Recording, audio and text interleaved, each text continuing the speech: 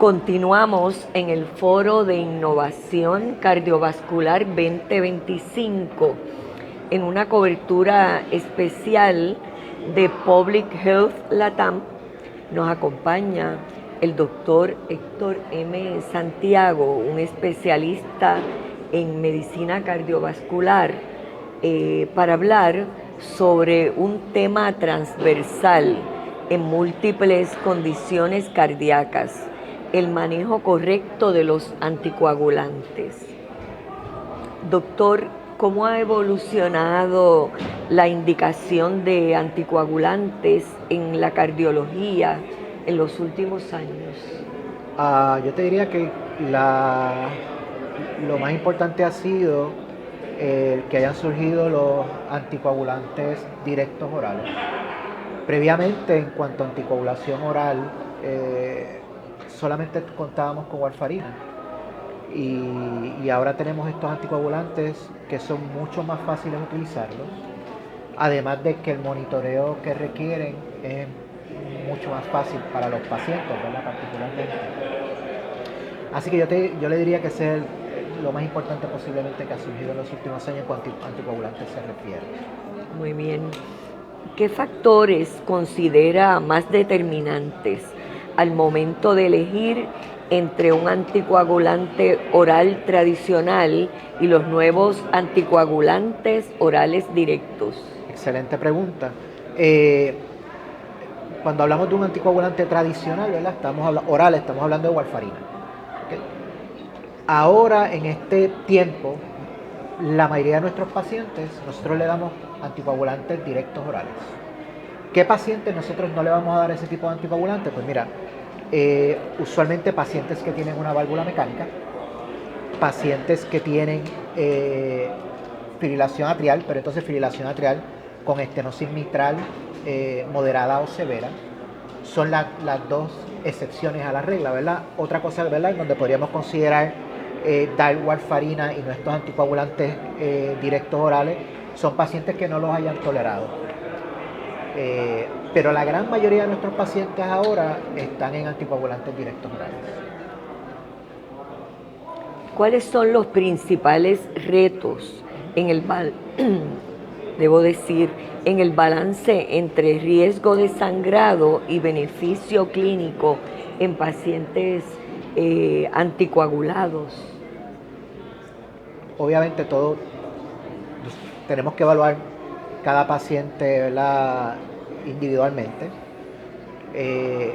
determinar el riesgo y el beneficio de la anticoagulación. Nosotros contamos, ¿verdad?, con maneras en que podemos determinar cuál es el beneficio que va a tener, quién necesita o quién no necesita anticoagulación, utilizando scores de riesgo. Tenemos el CHA2DS, ¿no?, que es un score de riesgo, donde nosotros determinamos si ese paciente se va a beneficiar o no se va a beneficiar de estar anticoagulante, y además de eso tenemos scores de riesgo de sangrado. Tenemos un score que se llama Hasbled, que también podemos utilizar, que nos da una idea del riesgo que tiene ese paciente de sangrado. Así que uno tiene que sobrepesar riesgos y beneficios, básicamente, para entonces determinar si el paciente se va a anticoagular o no se va a anticoagular.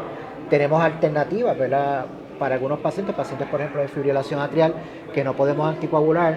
Pues ahora tenemos procedimientos, ¿verdad?, como lo es el Watchman, ¿no?, que es un procedimiento para cerrar el apéndice atrial izquierdo, que es donde mayormente se forman los coágulos en los pacientes de fibrilación atrial, y ese paciente pues no va a necesitar anticoagulante a largo plazo, ¿no?, sino antiplaquetario.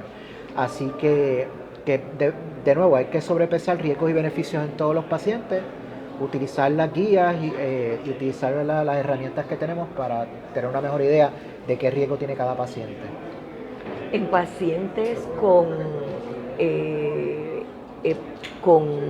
insuficiencia renal o hepática, ¿cómo se manejan las dosis? Muy buena pregunta. En pacientes que tienen insuficiencia renal, nosotros los anticoagulantes nuevos orales usualmente tenemos que hacer ajustes en las dosis, ¿verdad?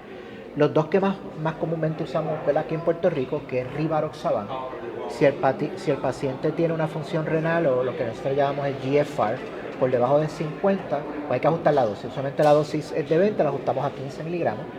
En el caso de Apixaban, pues hay otras cositas que tenemos que tomar en consideración, ¿verdad? Vamos a tomar en consideración, además de la función renal, que básicamente si el paciente tiene una creatinina mayor o igual de 1.5, también tenemos que tomar la edad del paciente, mayor o igual a 80 años, y el peso del paciente, menor o igual a 60 kilos. Si el paciente tiene dos de esas tres, hay que ajustar la dosis. Usualmente la dosis se baja de 5 miligramos 2 veces al día a 2.5 miligramos 2 veces al día. Usualmente con warfarina no tenemos que hacer, ¿verdad? Hay que hacer el ajuste con la dosis. El problema con la warfarina es que tenemos que estar haciendo laboratorios, el paciente se tiene que pinchar, ¿verdad? Cuando comenzamos el tratamiento, usualmente estamos hablando de pincharse cada 1 o 2 semanas, y una vez lo que medimos, que es el INR, ¿no?, está estable, pues entonces estamos hablando de pincharlo al menos una vez al mes. Para beneficio de la audiencia, ¿puede hablar un poquito de la warfarina, que es un término que a veces vemos en la televisión, en anuncios?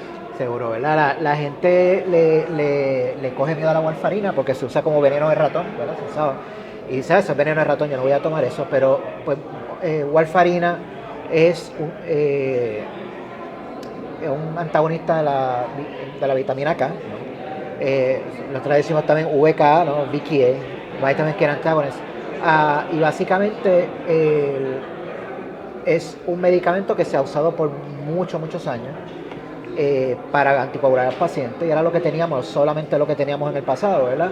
Vuelvo y repito, ¿verdad? El problema con la warfarina sigue siendo que uno tiene que estar ajustando la dosis. Y el ajuste depende de muchas cosas, ¿verdad? El ajuste va a depender del metabolismo hepático y va a depender de lo que uno se coma. Por ejemplo, los pacientes que están en warfarina pues tienen que evitar las cosas verdes, porque usualmente las cosas verdes tienen vitamina K, y la vitamina K es el antídoto de la warfarina. Así que eso es un problema para el paciente, ¿verdad? Otra cosa es que si usted se tiene que hacer un procedimiento invasivo, usualmente la warfarina hay que quitarla con algún tiempo, ¿verdad? Usualmente estamos hablando de 4 o 5 días antes, ¿no? Por lo menos, para que entonces el paciente esté apto para hacer el procedimiento. Así que eso, a diferencia de estos otros anticoagulantes directos orales. ¿Qué protocolos recomienda usted en el manejo de pacientes anticoagulados que requieren cirugía o procedimientos invasivos? Okay. Pues básicamente no es lo que recomiendo yo, ¿verdad? Lo que las guías dicen, ¿verdad? Las recomendaciones es pacientes que, por ejemplo, se van a operar, estamos hablando de lo que es cirugía, ¿verdad?, mayor, pues que están en warfarina, pues la warfarina se debe detener al menos 4 días antes, y entonces ver el INR cómo está para que el paciente se pueda operar. Cuando son otros tipos de procedimientos, por ejemplo, como son los procedimientos dentales, esto es una pregunta que nosotros tenemos que contestar todos los días, ¿verdad? Pues usualmente no tenemos que hacer ajustes a los anticoagulantes, usualmente con la warfarina, ¿verdad? Ahora, en cuanto a los anticoagulantes directos orales, cambia un poquito la cosa, ¿verdad? Eso va a depender. Usualmente en estos pacientes, cuando vamos a hacer alguna cirugía grande, vamos a recomendar aguantar estos medicamentos por lo menos 24 o 48 horas antes, a diferencia de la warfarina, ¿verdad? Y entonces recomenzarlo, pues obviamente una vez ya el paciente esté fuera de riesgo de sangrar y todo eso después del procedimiento. Así que esa es la diferencia mayor. Warfarina es un poquito más complicado, ¿verdad? Warfarina tenemos que quitarle un poquito más de tiempo y hay que estar haciendo laboratorios, ¿verdad? Toda esta cosa con los anticoagulantes directos orales, no, anticoagulantes directos orales los aguantamos 24 o 48 horas antes y ya el paciente no está anticoagulado, ¿no? Así que esa es la diferencia mayor. ¿Qué estrategias son más efectivas para que los pacientes sigan correctamente su tratamiento anticoagulante? Eso es muy buena pregunta también. Realmente la comunicación con el paciente. La comunicación con el paciente llega a la oficina y se le explica. Muchos de nosotros también, ¿verdad? Si uno tenemos staff en la oficina, ¿no?, ya sea secretarial o staff de enfermería, que también le puede ayudar a los pacientes a entender lo que tienen que hacer con sus medicamentos, también eso es importante. Así que básicamente es la comunicación, no dar el medicamento y nos vemos y no hablar con el paciente, hay que explicarle para que ellos entiendan. Y más nuestra población, ¿verdad?, que usualmente es una población de envejecientes. En cuanto al rol del monitoreo de pacientes que utilizan warfarina versus los que utilizan anticoagulantes de acción directa, aunque hemos hablado sobre esto, Si usted quiere abundar en algo más. Es incómodo para el paciente, ¿verdad? La warfarina es un poquito incómoda porque el problema es que hay que estar pinchando al paciente para sacar el laboratorio. Y la realidad, pues, que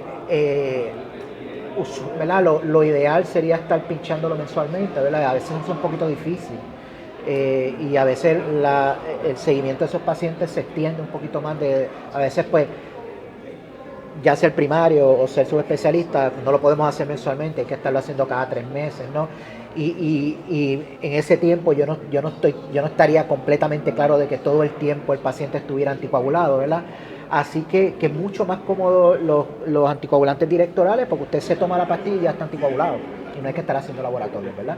Mucho más fácil para el paciente, no se tiene que estar pinchando mensualmente también, pero desgraciadamente hay unas condiciones todavía en las cuales estos medicamentos no se pueden utilizar y todavía tenemos que recurrir a la warfarina y pues esos son los pacientes que es un poquito más difícil porque hay que estarlos monitoreando bien de cerca.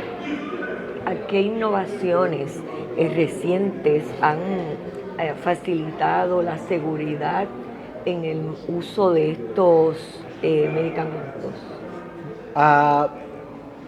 La educación es bien importante porque uno no quiere que estos pacientes que están anticoagulados pues abusen de ciertos medicamentos como la aspirina, los medicamentos no esteroidales, ¿verdad? Como lo es ibuprofen, ¿verdad? Y otros, ¿no? Naproxen, etcétera, etcétera, que pueden aumentar el riesgo de sangrado gastrointestinal. Así que la educación de nuevo es lo primordial. Y obviamente pues tenemos medicamentos también que podemos dar en muchos de estos pacientes para proteger también el sistema gastrointestinal, ¿verdad? Así que de nuevo lo más importante para mí es la educación, que el paciente sepa, vas a estar en anticoagulante, tienes que ser bien cauteloso con lo que te estás tomando, con la mezcla de medicamentos que haces, todas estas cositas, ¿verdad? Para evitar el sangrado gastrointestinal, que es usualmente lo más común que vemos, ¿verdad? ¿Cómo educamos a ese paciente? ¿Le toca al médico y además informarse? Bueno, es una responsabilidad compartida, ¿verdad? Yo le toca al médico, pero no solamente le toca al médico subespecialista, con mi caso, le toca también al médico primario, ¿no? O sea, que sí, de nuevo, a la larga o a la postre, la responsabilidad mayor la tenemos nosotros los médicos, pero es una responsabilidad compartida. Muy bien. ¿Qué mensaje le gustaría llevar o dejar a los médicos de atención primaria o especialistas en torno al manejo, a la importancia de un manejo actualizado y responsable de los anticoagulantes? Lo importante es mantenerse al día, ¿verdad? Mantenerse al día con la educación médica. Eso es lo que estamos haciendo aquí ahora mismo. Estamos llevándole educación médica a los médicos primarios, grupo de cardiólogos, ¿verdad? Subespecialistas y subespecialistas en cardiología. Así que lo más importante es la educación, de nuevo. Y el mensaje que les quiero llevar es que se mantengan al día, ¿verdad? Ya sea con estos meetings, leyendo revistas médicas, o sea, ahora mismo ¿verdad? Con los medios como están, ¿verdad? El social media, todas estas cosas, pues la información está ahí, o sea que está la información para uno educarse y tener toda la información que es necesaria para el tratamiento del paciente. Sería lo que yo diría, la educación es lo más importante. Mantenerse al día. Nos quedamos con esa máxima, la educación. Doctor Santiago, gracias por compartir sus experiencias en esta cobertura especial del Foro de Innovación Cardiovascular 2025. Sus aportaciones nos permiten comprender mejor los retos y avances en el uso de anticoagulantes en la práctica clínica. En PH Latam reafirmamos nuestro compromiso de seguir siendo un puente entre la evidencia científica, los profesionales de la salud y la sociedad.